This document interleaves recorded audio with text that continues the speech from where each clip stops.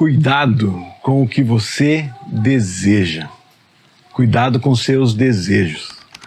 Essa fala pode ser muito estranha, soar diferente, né? Porque parece que nós aprendemos desde que nascemos a correr atrás dos nossos desejos, realizar os nossos desejos. E eu acredito que por um erro de leitura da Bíblia, né? Por um erro teológico, vamos dizer assim, algumas igrejas até se apresentam como ferramentas para você buscar os seus desejos, para você realizar os seus desejos.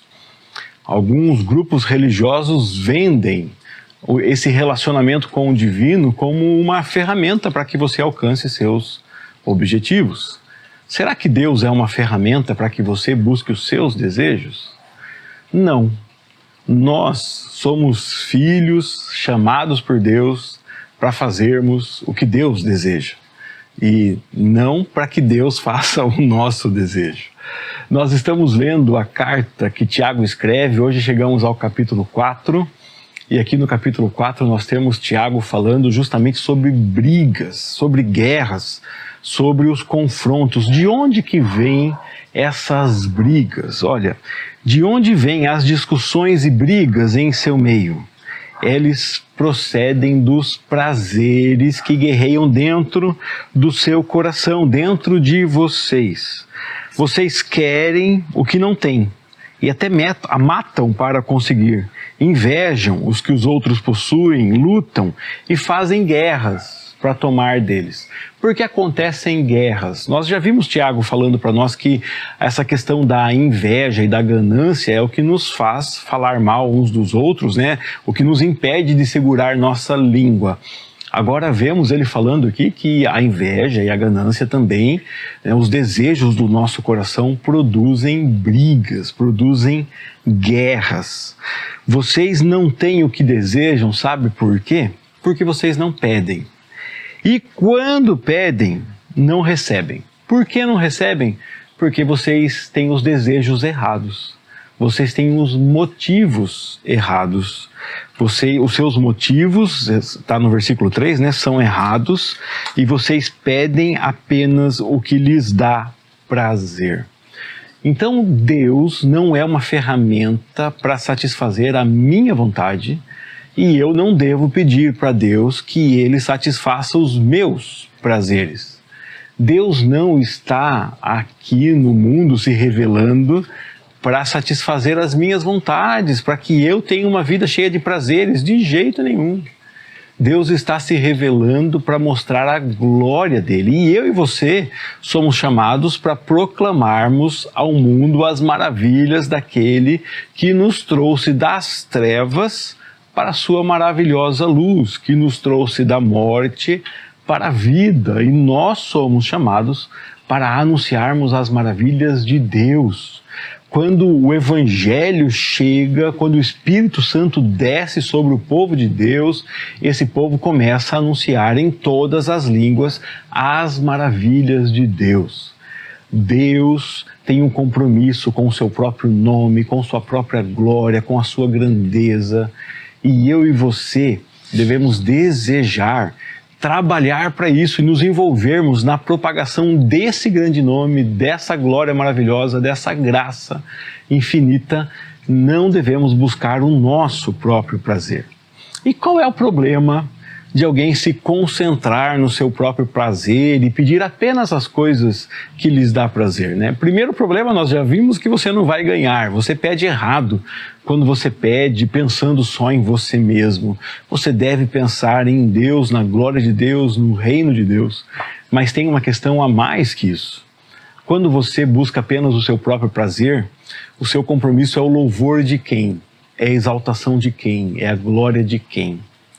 Nós já vimos, principalmente quando lemos o Antigo Testamento, Deus chamando a atenção do seu povo e fala assim: vocês querem exaltar a si mesmos, vocês querem exaltar outros ídolos, vocês esqueceram da aliança comigo, eu chamei vocês, fiz uma aliança com vocês, me relaciono com vocês e vocês me traem.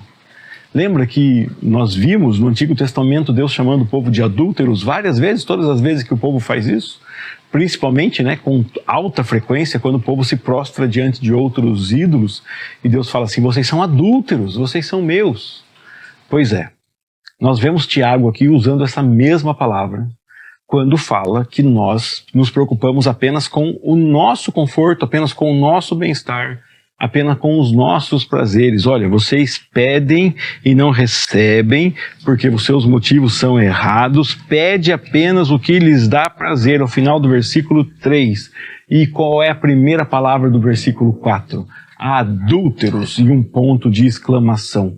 Por que adúlteros? Por causa disso.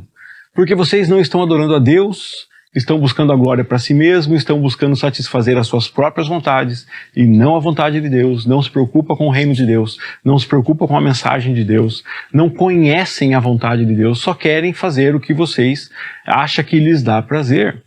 Você já percebeu que é muito mais fácil vender, às vezes, uma campanha numa igreja, né? Nós já vimos igrejas aí, conhecemos, né? Que fazem, olha, aquela campanha que fala assim, faça isso e você vai ganhar aquilo, faça isso e você vai ganhar aquilo.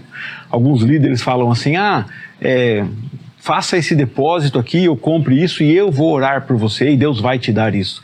E quando fazem isso é muito mais fácil, né? Porque eu não preciso conhecer a Deus, eu não preciso conhecer a palavra dele, eu preciso só cumprir essa campanha, dar esse valor, cumprir essa meta, viajar até tal lugar, fazer aquilo, fazer isso e eu serei abençoado.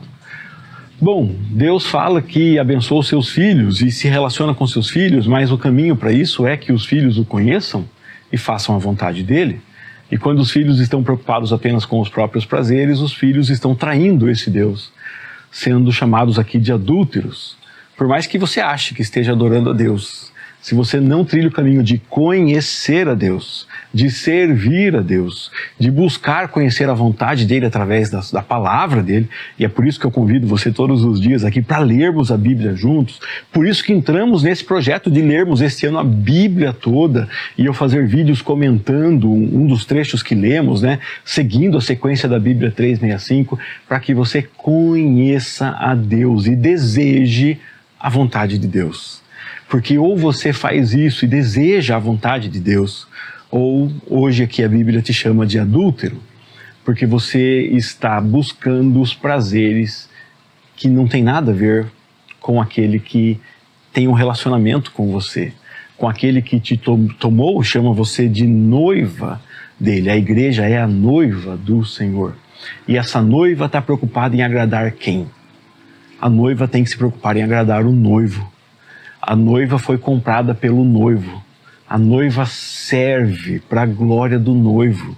A noiva é embelezada pelo noivo. Nós lemos há alguns dias atrás aqui o texto de Ezequiel, onde Deus conta uma história de uma pequena jovem que ficou bela porque o rei a tomou como esposa, a embelezou. E o que ela fez com a sua beleza? Adulterou. Que coisa ruim, né? O que aguarda essa moça, né? Destruição. E nós vimos Deus anunciando destruição sobre o povo dele. Bom, se Deus chamou você, se Deus te deu o caminho, o acesso até ele, se Deus te chama de filho, revela a graça dele, não é para você buscar satisfazer os desejos malignos do seu próprio coração. Se você faz isso, Deus chama você de adúltero e fala assim, mude o seu caminho hoje. Nós já vimos várias vezes também que quando Deus nos chama atenção é para mudança, é para conversão. Então, além de uma chamada de atenção aqui, esse texto que nós lemos hoje tem várias orientações, instruções do que devemos fazer. Então, já que os motivos que trazem prazer apenas a nós são errados, é o que vimos no versículo 3, né? Somos chamados de adúlteros por isso, né? Deus fala que quem quer ser amigo do mundo se torna inimigo dele. Então vem agora, a partir do versículo 7, algumas ordens para que nós possamos adorar a Deus e não a nós mesmos. Quais são as ordens? Submetam-se a Deus. Então sujeite-se à vontade de Deus. Você tem que, logicamente, conhecer a vontade de Deus, buscar conhecer, entender e se sujeitar. Resistam ao diabo e ele fugirá de vocês. Muitas vezes nós vemos esse texto aqui isoladamente, é uma verdade, resista ao diabo, ele fugirá de vós, mas o que o texto está dizendo para nós é que nós devemos resistir ao diabo justamente nessas tentações do nosso coração, quando ele vai te tentar para que você faça os seus próprios desejos. Resista, sujeite-se a Deus e resista à tentação diabólica de buscar apenas os seus desejos. Aproxime-se de Deus no versículo 8. O que vai acontecer? Deus vai se aproximar de você. Lavem as mãos, pecadores. Purifiquem o coração. Vocês que têm a mente dividida, purifiquem o coração.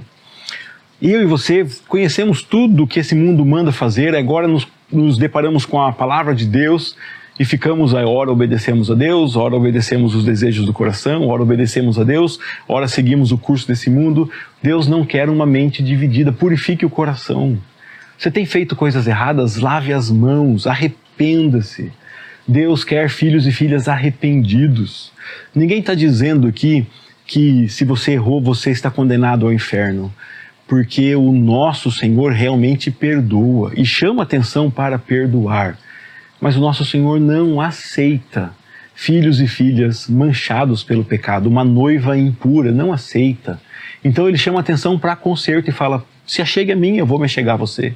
Purifique as mãos, lave o coração, arrependa-se. Eu quero ver choros de lamento, versículo 9, que haja lágrimas, lamentação, profundo pesar, que haja choro em vez de riso e tristeza em vez de alegria. Humilhem-se diante do Senhor e Ele os exaltará. Você já percebeu que nós investimos muito tempo tentando nos exaltar? E aí voltamos ao começo aqui, buscando os desejos do nosso próprio coração, para nossa exaltação, para o nosso engrandecimento. A Bíblia fala, humilhe-se e deixe que Deus te exalte. O exemplo que a Bíblia manda seguirmos é o de Cristo, que foi obediente, humilhou-se e foi obediente até a morte de cruz. E Deus o exaltou. É esse o exemplo que temos que seguir, como vimos na carta aos Filipenses. E aqui nós temos Tiago falando para nós que nós devemos nos humilhar e deixar toda a exaltação com Deus. Versículo 11, irmãos, não falem mal uns dos outros. E por fim, nós temos aqui, lá no 14, que você não sabe como será a vida amanhã. Então olhe só as orientações, submetam-se a Deus, resista o diabo, aproxime-se de Deus, purifique as mãos, lavem as mãos, purifiquem os corações, chore, humilhem-se e não falem mal dos outros.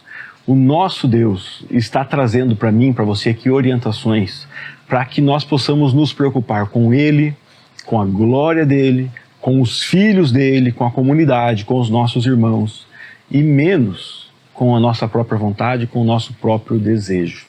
Se você fizer isso, você será mais parecido com o seu Criador. Então, cuidado com o que você deseja. E quer andar seguro? Deseje os desejos de Deus. Deseje a vontade de Deus, porque ela é boa, perfeita, agradável e o Senhor faz o que é melhor para a sua vida e para a igreja dele.